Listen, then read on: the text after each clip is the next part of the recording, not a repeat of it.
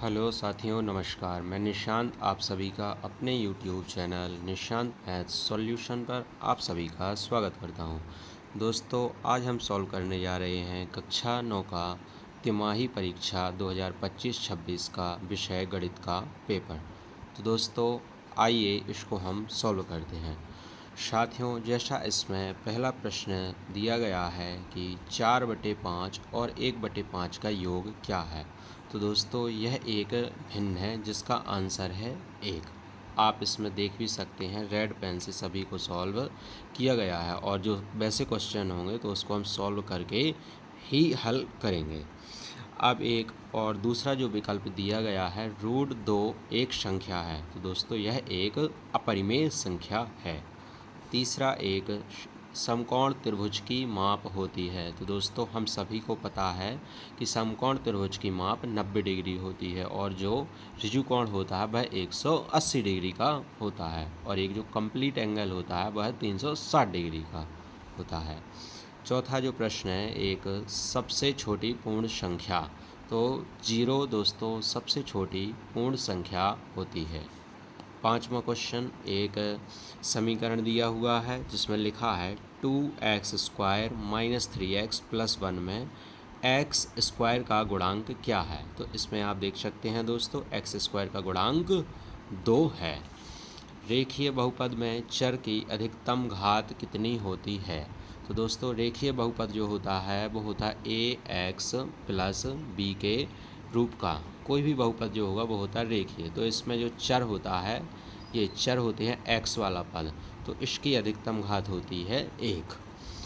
इसके बाद दोस्तों हम इसमें रिक्त स्थान को सॉल्व करेंगे। तो आपने दोस्तों जिसमें देखा है कि पहला रिक्त स्थान आपको दिया गया है भाज्य बराबर भाजक गुणे भागफल प्लस शेषफल।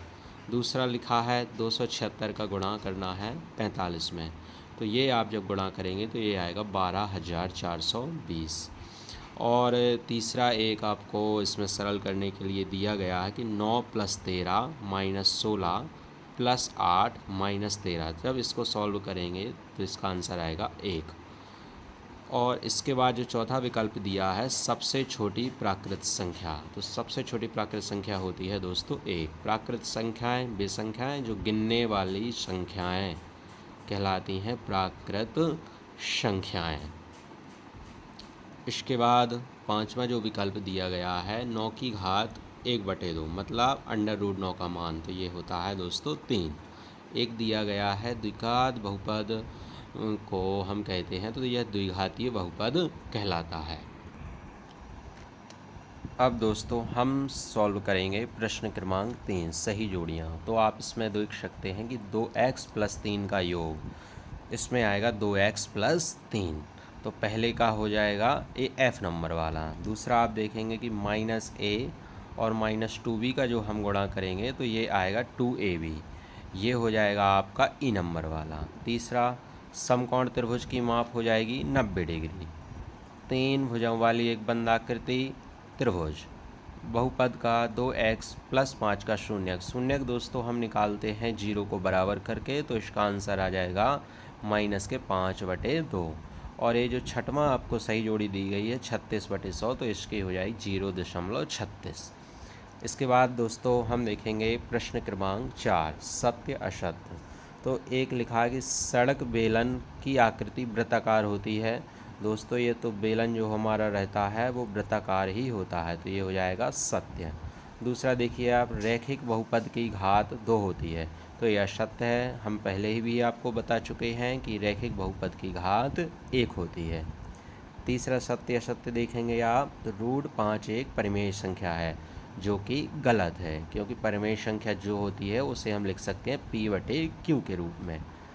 चौथा, प्रत्येक प्राकृत संख्या एक पूर्ण संख्या होती है। तो दोस्तों, प्रत्येक प्राकृत संख्या एक पूर्ण संख्या होती है, यह सत्य है। पांचवा, 3x की घात 3 में x की घात 3 का गुणांक। तो इसका दोस्तों गुणांक 3 है और यह सही है। छठवां, एक पद वाले बहुपद को एक पदी कहा जाता है। तो यह सत्य है। अब दोस्तों हम करेंगे प्रश्न 5, एक शब्द और वाक्य में उत्तर।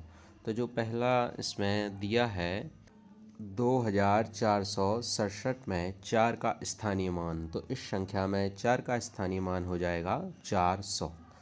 अब देखेंगे दोस्तों प्रश्न 2। प्रश्न 2 में 1 और 2 के बीच एक परिमेय संख्या लिखिए। तो दोस्तों 1 और 2 के बीच में एक परिमेय संख्या हो जाएगी 3/2, और भी हो सकती हैं। 7/8 का दशमलव प्रसार, तो दोस्तों यह प्रसार शांत होगा। 1 की घात 0 का मान 1 होगा।